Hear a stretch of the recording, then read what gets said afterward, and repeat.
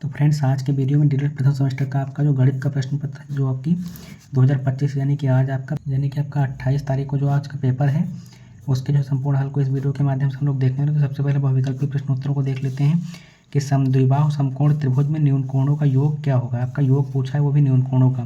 तो कहा है कि समद्विबाहु समकोण यानी कि दो भुजाएं बराबर भी हैं और समकोण भी है। आपका इस तरह से बनाएंगे, ये आपका समकोण हो जाएगा, है ना। समकोण त्रिभुज और समद्विबाहु, तो दो भुजाएं बराबर, तो आपके ये और ये भुजाएं बराबर भी इसमें हो जाएंगे, है ना। क्योंकि जो आपका सबसे बड़ा कोण होगा उसके सामने की भुजा बड़ी होती है, तो आपका ये 90 डिग्री हो जाएगा।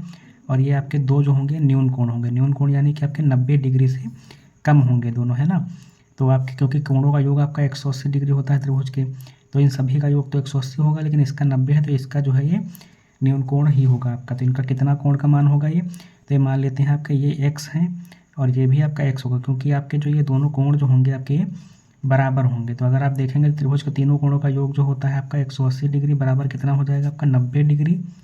अब प्लस का आप इसका देखेंगे तो ये भी x डिग्री प्लस ये भी आपका x डिग्री, यानी कि कह सकते हैं कि 90 डिग्री और प्लस का 2x डिग्री बराबर आपका 180 डिग्री। तो 90 को इधर भेजेंगे तो ये आपका हो जाएगा माइनस का 90 डिग्री से 90 डिग्री कट जाएगा, तो ये बचेगा 90 डिग्री किसके बराबर, 2x के बराबर। यानी कह सकते हैं कि 2x बराबर आपका हो जाएगा 90 डिग्री, यानी कि x डिग्री बराबर आपका 90/2 यानी कि 45 डिग्री, है ना। तो ये आपका 45 निकलेगा और ये भी आपका 45 इस प्रकार निकल आएगा। इनका कोण जो है दोनों का योग पूछा है, तो आपका 45 + 45 आपका जो है 90 डिग्री इसका कोण का मान निकल आएगा। ऑप्शन ये आपका सही हो जाएगा। नेक्स्ट कहा है कि 2515 आपका जो है इसके जो है 5 के स्थानीय मान का अंतर बताना है। तो 5 का स्थानीय मान, इस 5 का आपका 5 ही हो जाएगा और इस 5 का आपका 500 हो जाएगा, है ना। ये इसका अंतर करेंगे तो 500 माइनस का 5 यानी कि 495 आपका आंसर आ जाएगा, ये वाला ऑप्शन इसका। नेक्स्ट दिया गया था कि 3/5 को प्रतिशत में बदलने पर मान क्या होगा। तो 3/5 को प्रतिशत में बदलने के लिए क्या करेंगे, बेसिकली 100 से गुणा करेंगे हम परसेंट में चेंज करने के लिए, है ना।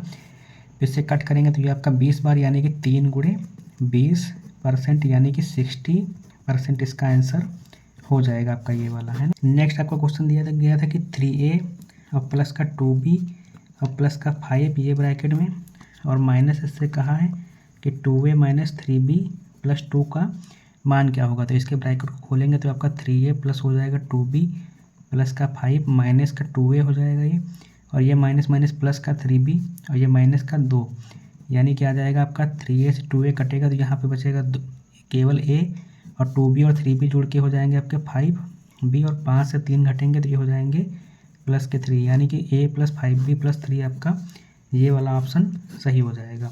इसी प्रकार से नेक्स्ट कहा है कि 36 और जो है 42 का मासा निकालना है। तो मासा निकालने 36 को हम 42 से पहले टेस्ट करेंगे तो एक बार जाएगा आपका 36 से, यहाँ बचेंगे 12 में से 6 गए 6 और यहाँ पर 0, यानी कि 6 से अब 36 को भाग करेंगे तो ये 6 बार चला जाएगा, है ना। अब 6 को आप 42 से करेंगे, ये भाग विधि से निकालने की विधि है ना। 6 × 42 यानी कि मासा आपका जो है दोनों में कॉमन फैक्टर क्या निकल रहा है, 6 आपका ये हो जाएगा, है ना। ये मासा आप इस तरह से या फिर गुणनखंड विधि से भी निकाल सकते हैं, 36 के फैक्टर करके और 42 के फैक्टर करके, जो भी कॉमन दोनों में होंगे वही आपका मासा हो जाएगा, है ना। नेक्स्ट आपके अतुलनीय प्रश्नोत्तर को देखते हैं कि माइनस का 7/25 है डिवाइडेड बाई 4/5 प्लस का 2/5 को सरल करना है। तो इसको क्या करेंगे आप, इसको डिवाइड को जो है गुणे में चेंज करेंगे तो ये आपका पलट जाएगा, यानी कि माइनस का 7/25 और जो है गुणा हो जाएगा इसमें 5/4 से, है ना। अब प्लस का बचेगा आपका 2/5, 5 से ये 5 बार चला जाएगा कट जाएगा, ये बचेगा आपका 7/5 और गुणे 1/4 प्लस का 2/5, है ना। अब इसका गुणा कर देंगे तो ये हो जाएगा माइनस का 7/5 चौके 20 और प्लस का 2/5। अब इसको क्रॉस मल्टीप्लाई करेंगे तो क्रॉस मल्टीप्लिकेशन करने पर क्या होगा, तो ये आपका इसका इससे गुणा होगा और इसका इससे गुणा होगा, है ना। या फिर कॉमन भी कर सकते हैं इसमें से, चलिए बिना कॉमन लिए मैंने 7 × 5 कर देंगे और प्लस 2 × 20 करके नीचे आपका 20 × 5 इस प्रकार से भी कर सकते हैं। तो ये आपका हो जाएगा माइनस का 35 और प्लस का 20 दूना 40, ये आपका हो जाएगा, है ना। ये बचेगा आपका 20/100, 20 × 5 = 100, ये बचेगा आपका 35, 40 घट जाएंगे, अब आएगा 5/100 यानी कि 1/20 आपका, है ना। 1/20 आपका जो है ये आंसर हो जाएगा इसमें। नेक्स्ट आपका दिया गया था कि बृहद कोण किसे कहते हैं। तो बृहद कोण वह कोण जिसका मान जो होता है 180 डिग्री से बड़ा हो और 360 डिग्री से छोटा हो, वो बृहद कोण कहलाता है। जैसे कि आपका 220 डिग्री, 250, 190 कोई भी हो सकता है।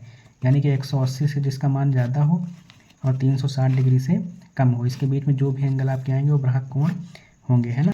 नेक्स्ट आपका दिया गया है कि दो संख्याओं का गुणनफल जो है 1050 और यदि इन संख्याओं में का मासा जो है 5 दिया हो तो लासा ज्ञात करना है।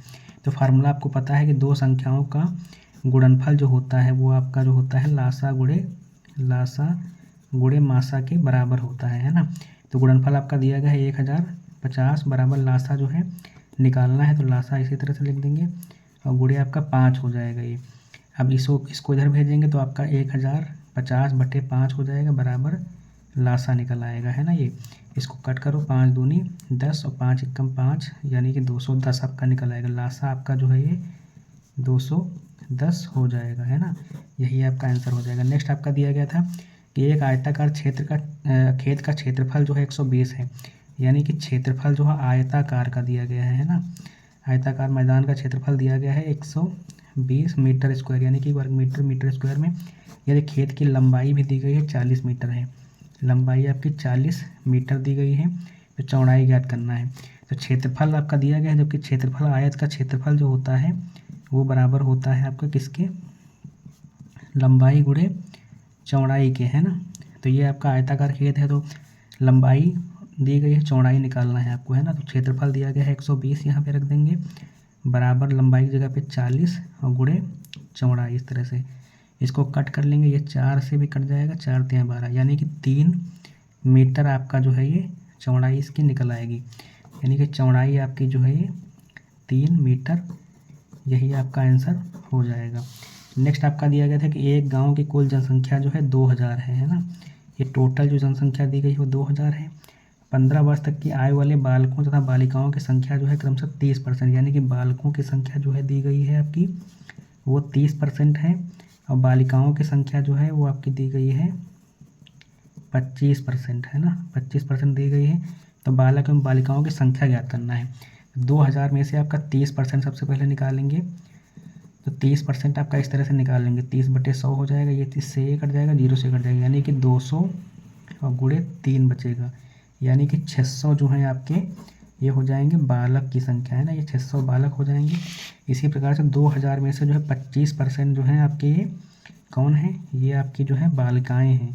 तो 25/100 ये दोनों कट जाएंगे, इससे ये बचेगा 30 गुणे 25 यानी कि 750 आपकी, 25 से 75, है ना। तो ये आपके हो जाएंगे कितने, ये 750 हो जाएंगे। ये आपके हो जाएंगे बालिकाएं आपकी हो जाएंगी ये। नेक्स्ट आपका क्वेश्चन दिया गया है कि यदि किसी वर्गाकार मैदान की प्रत्येक भुजा जो है 25 मीटर है, यानी कि वर्गाकार कहा है तो यानी कि वर्ग जो होगा इसकी प्रत्येक भुजा 25 इस तरह से दी गई है ना। वर्ग की प्रत्येक भुजा बराबर होती है तो यानी कि 25 मीटर दी गई। तो इसके जो है चारों ओर 2 बार तार लगाने के लिए कितने मीटर तार की आवश्यकता होगी। चारों ओर कहा है तार लगाने के लिए, तो इसकी परिमाप को हम निकालेंगे, है ना। और सभी को पता होगा कि वर्ग की परिमाप जो होती है वो आपकी 4a होती है, यानी कि 4 गुणे भुजा होती है आपकी, है ना। तो ये आपकी 4 गुणे भुजा का मतलब ये भुजा दी गई है आपकी प्रत्येक भुजा 25, तो यानी कि प्रत्येक भुजा यानी कि परिमाप जो होगी आपकी 4 गुणे 25 यानी कि 100 जो है मीटर हो जाएगी। लेकिन कहा है कि तार की आवश्यकता होगी कितनी, जो कि 2 बार हम लगाएंगे। तो यानी कि एक बार परिमाप जो है अगर एक बार तार इसमें हम लगाएंगे इसमें वर्ग में, तो आपके 100 मीटर तार जो है हमको लगाना पड़ेगा। लेकिन अगर दोबारा फिर से लगाएंगे तो यानी कि 2 बार 2 गुणे 100 मीटर, है ना, यानी कि 200 मीटर आपको तार की आवश्यकता पड़ेगी। यही आपका आंसर हो जाएगा।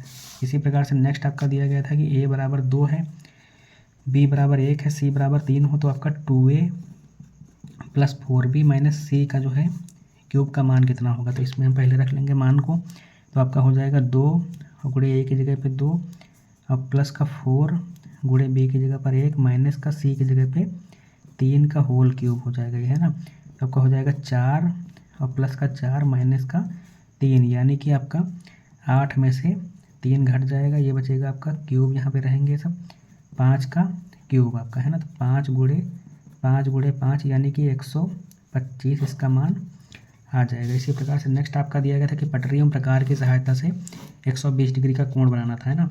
सबसे पहले क्या करेंगे आप, सीधी जो एक रेखा जो है ए बी खींचते हैं पटरी की सहायता से, है ना। फिर उसके बाद जो है प्रकार की सहायता से कोई भी एक चाप इस प्रकार से लेते हैं किसी भी दूरी का, जिसको हम मानते हैं यहाँ पे सी बिंदु। अब जो दूरी आपने चाप मारा है इसी दूरी से यहाँ सी बिंदु से एक चाप लगाते हैं, मान लेते हैं ये आपका डी बिंदु है। और फिर जो है इस पर फिर यहाँ पे रखेंगे आप चाप जो है फिर से एक इसी पर लगाएंगे इस प्रकार से, ये मान लेते हैं ई बिंदु है। अब जो है ई बिंदु को जो है मिलाते हुए इस प्रकार से एक रेखा ए से खींचते हैं, ए से मिलाते हुए, तो जो आपका जो कोण बनेगा आपका 120 डिग्री का बन जाता है। आपका पटरी प्रकार की सहायता से आप बनाएंगे तो एग्जैक्ट एकदम जो है 120 डिग्री का कोण आपका इसी प्रकार से बन जाएगा।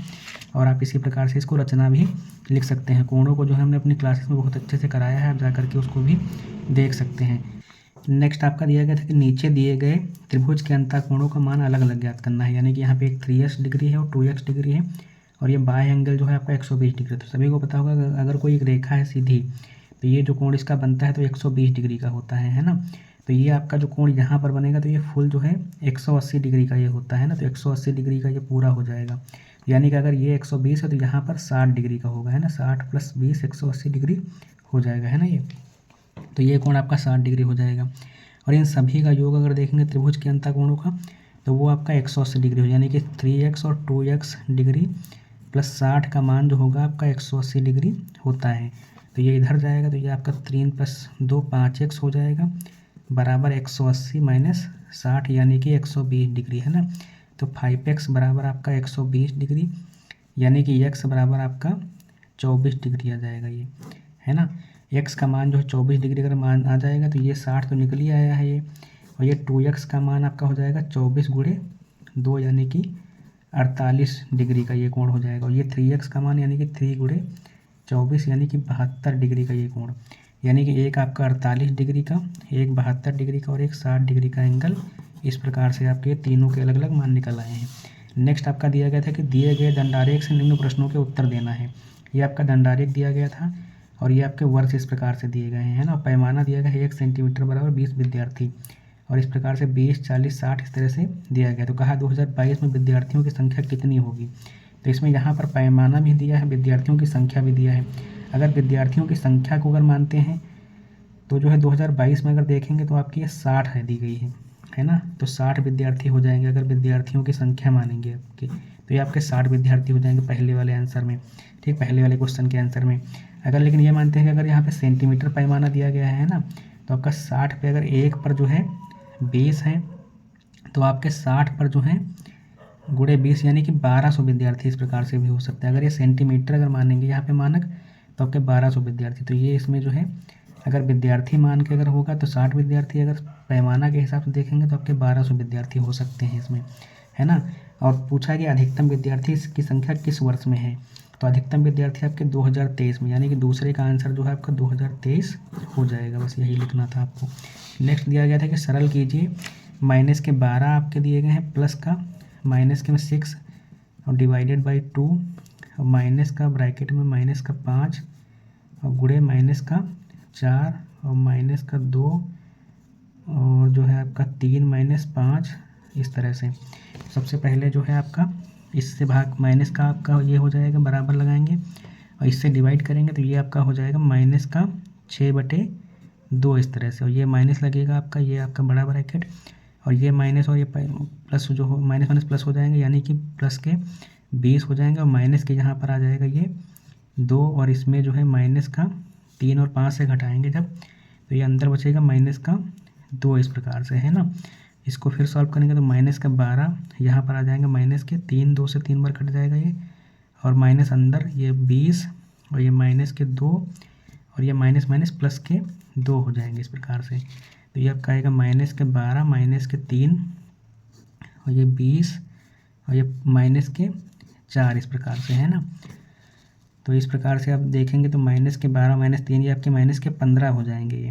और अंदर जो है आपका ये माइनस यहाँ पर है तो ये 20 से 4 घट जाएंगे तो ये बचेगा 16, है ना। तो ये आपका जो है आ जाएगा -15 और -16 यानी कि -31 जो है इसका आंसर इस प्रकार से आ जाएगा। नेक्स्ट आपका दिया गया था कि एक व्यक्ति अपनी आय का जो है 1/4 भाग जो है 1/4 भाग मकान बनवाने में, 1/5 भाग जो है शिक्षा में आपका और 1/2 है अन्य मदों में खर्च करता है। तो आय का कौन सा भाग व्यक्ति के पास बचता है। तो मान लेते हैं आय, अगर मान लेते हैं एक्स मानते हैं, या फिर मान लेते हैं 100 है माना आय, है ना। अगर 100 मानते हैं तो आसान हो जाएगा, तो मानते हैं 100 है, तो 100 का जो है ये 1/4 भाग जो है यानी कि 25 जो है ये आपका जो है ये अपनी आय का मकान बनवाने में खर्च कर दिया है ना। ये 25 मकान बनवाने में खर्च किया है, और 100 का 1/5 जो है ये जो आपका शिक्षा में यानी कि 20 जो है आपका ये शिक्षा में खर्च कर दिया, और 1/2 जो अन्य मदों में यानी कि 100 का 1/2 जो है वो अन्य मदों में यानी कि 50 जो अन्य मदों में। तो कुल खर्चा इसने कितना कर दिया, तो 25 + 20 + 50 यानी कि 95 जो है 100 में से इसने खर्च कर दिया। तो बचा इसके पास कितना, तो यानी कि इसके पास बचेगा 5, है ना। 100 में से 5 बचा है, तो आय का कौन सा भाग व्यक्ति के पास बचता है, तो बचा भाग अगर 100 मान के करेंगे तो आपका 5 हो जाएगा आंसर, है ना। और इसके बाद अगर प्रतिशत में भी देखना है बचा भाग, तो प्रतिशत आपकी यानी कि 5 कितने का, 100 का कितना है, तो ये आपका 100/100 यानी कि 5% यानी कि, तो 5% भाग इसका बचेगा। और एक्स मान के अगर आप करेंगे जैसे इसका, तो मान लेते हैं आय उसकी एक्स है, तो एक्स का 1/4 यानी कि एक्स का 1/4 इसमें खर्च किया है, और एक्स का 1/5 आपका इसमें, और एक्स का 1/2 जो है अन्य मदों में खर्चा किया। इन सभी को जोड़ के जो है एक्स से घटा देंगे इस प्रकार से। तो ये आप जब इसको जोड़ के घटाएंगे तो ये तब भी जो है एक्स की वैल्यू इसमें x/20 करके निकल आएगी। इस प्रकार से भी कर सकते थे आप। नेक्स्ट दिया गया था कि एक शहर की जनसंख्या जो है 2001 में जो है 5,17,524 थी, है ना। ये कहाँ थी, 2001 में, और सन 2011 में जो है ये बढ़ करके क्या हो गई, तो 6,46,905 हो गई थी। जनसंख्या में कितने प्रतिशत की वृद्धि हुई है, तो प्रतिशत वृद्धि को इसको घटाएंगे तो निकल आएगा, यानी कि 6,46,000 से 905 से जो है हम घटा देंगे 5,17,524 को, तो ये जो है जनसंख्या वृद्धि की निकल आएगी। तो इसको घटाएंगे तो 5 में से 4 गए 1 बचेगा आपका, 10 में से 2 गए 8 बचेंगे, 8 में से 5 गए 3, 16 में से 7 गए 9 बचेंगे यहाँ पे, 13 में से 3 में से 1 गया 2 बचेगा, और यहाँ पर आपका बचेगा 29 से 6 में से 5 गया 1, यानी कि कितनी वृद्धि हुई, तो 1,29,381 यानी कि 1,29,381 की जो है वृद्धि हुई थी। किसमें से बढ़ के हुआ, तो ये 5,17,000 से बढ़ के हुआ था ये आपका, है ना, 524 से। तो इसकी प्रतिशत वृद्धि निकालना है, तो ये आपके जो है इतनी वृद्धि हुई थी, तो इसको 100 से गुणा करेंगे, इसको सब सॉल्व करेंगे आप, तो ये 4 गुने के बराबर हो जाएगा, और ये 5 4 5 यानी कि 25% जो है इसका आंसर सॉल्व करने पर आ जाता है। तो फ्रेंड्स आज का ये पेपर आपका यहीं पे जो संपूर्ण हल इसका हो गया है। आपके जो अन्य जो हैं पेपर्स जो हुए हैं उनके भी हमने सॉल्यूशंस करवाए हैं, आप जा करके वो भी देख सकते हैं।